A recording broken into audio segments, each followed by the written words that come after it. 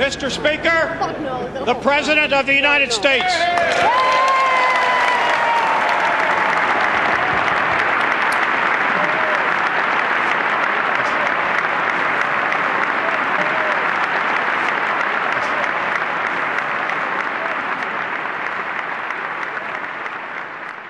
Iraq continues to flaunt its hostility toward America and to support terror.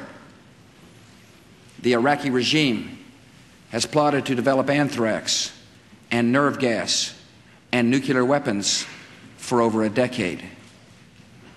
This is a regime that has already used poison gas to murder thousands of its own citizens, leaving the bodies of mothers huddled over their dead children. States like these and their terrorist allies constitute an axis of evil, arming to threaten the peace of the world.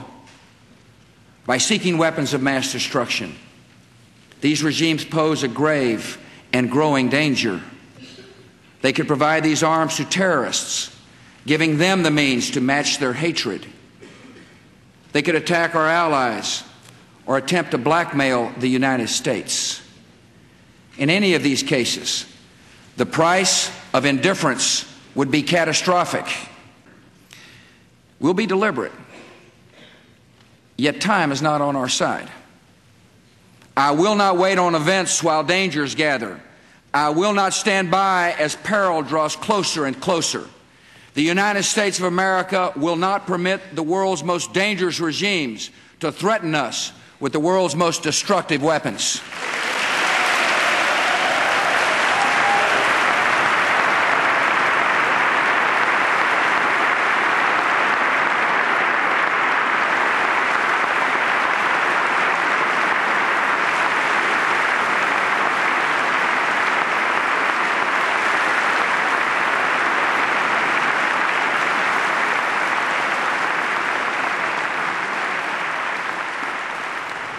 Military action imminent? That's the real thing. He was suggesting it would be military action as opposed to something else. He said exactly what he said. He said it well. He didn't suggest anything. If there was anything about last night's speech, it was that it had near perfect clarity. But a senior administration official after the speech said he didn't necessarily mean to say military action, but it could be other actions. What do you mean necessarily mean to say? He didn't say.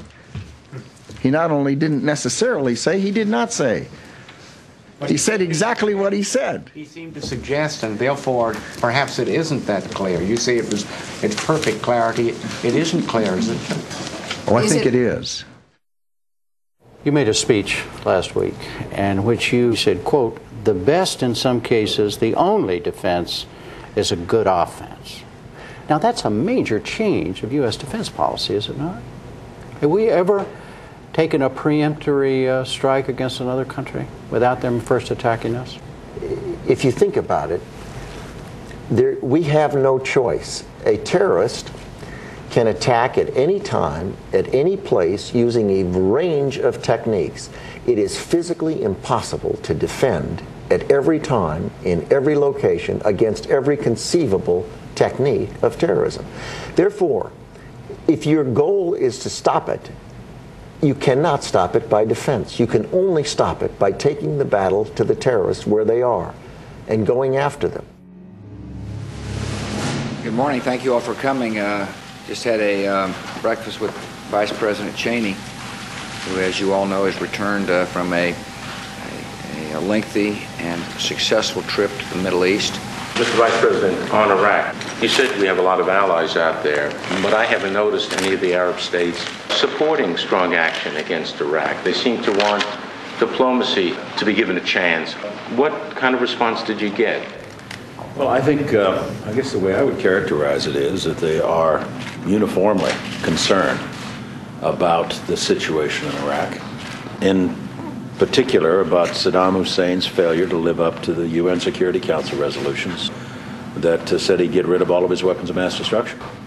I think one other point that the Vice President made, which is a good point, is that this is an administration that when we say we're going to do something, we mean it.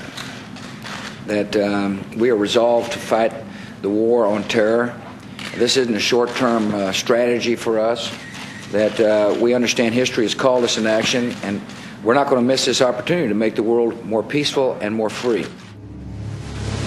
Vice President Cheney came back from his trip. He said that many Arab leaders shared the concern about weapons of mass destruction, but did not share the U.S. desire to get rid of Saddam Hussein, said it would cause instability in the region. How do you read that? I would not expect Saddam's neighbors to be the first people to raise their hands to say, you've got to take tough action against them. I think they look to the United States to lead, and I think the President is leading very clearly. The Arab League announced today that at their meeting on Wednesday, they will say the United States should not preemptively attack Iraq to take out any weapons of mass destruction. Reports from your trip around the Middle East that Arab country after Arab country said to you, don't do that, Mr. Vice President. Don't you dare attack Iraq. That's not the way that I would describe, first of all, their opinions. I had private, confidential meetings at nearly every stop. And those meetings obviously were and need to remain confidential. They're all very concerned about Iraq. They live in the neighborhood. They know Saddam Hussein better than we do. Many of them know that right after us, they're high on his list of governments he'd like to do in. Did you leave that region feeling that Arab leaders would basically oppose an American action against Saddam Hussein?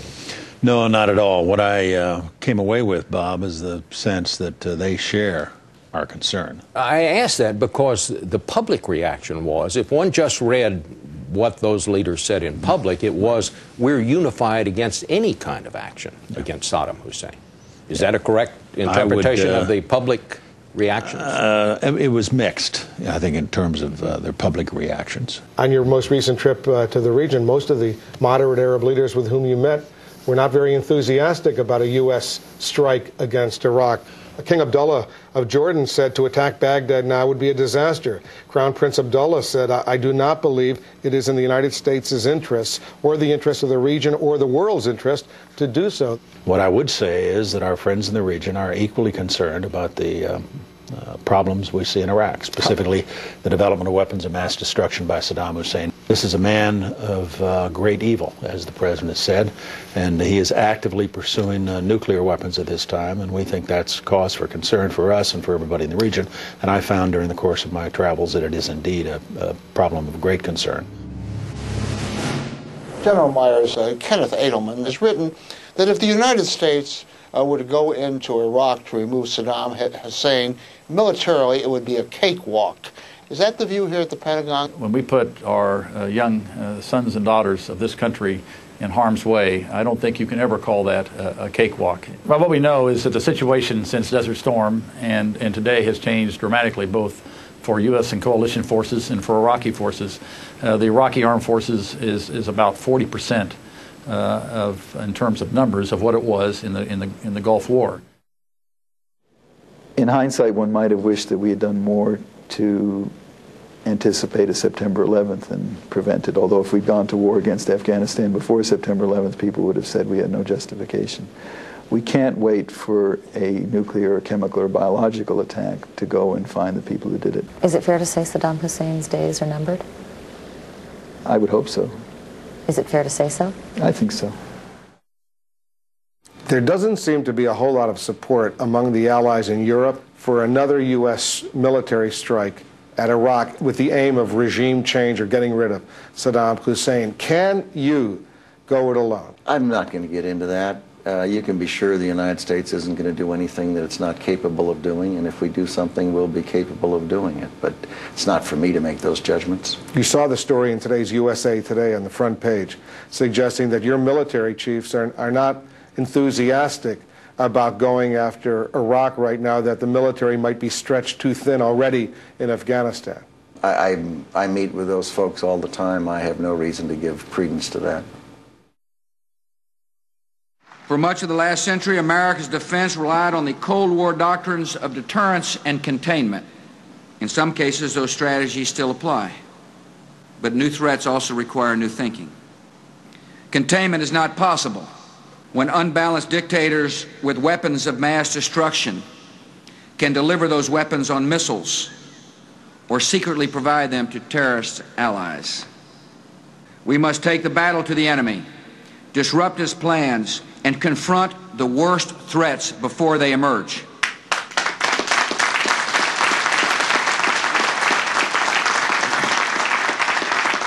In the world we have entered, the only path to safety is the path of action, and this nation will act. Mr. Secretary, what do you make of the statement made by the Iraqi government yesterday that Iraq has no weapons of mass destruction and is not developing any? They're lying. Next. We continue to see reports on the state of planning to get rid of Saddam Hussein in Iraq. I know it's unlikely that you'll share any details with us, though we'd be delighted to hear them, sir. Somebody else thinks they are.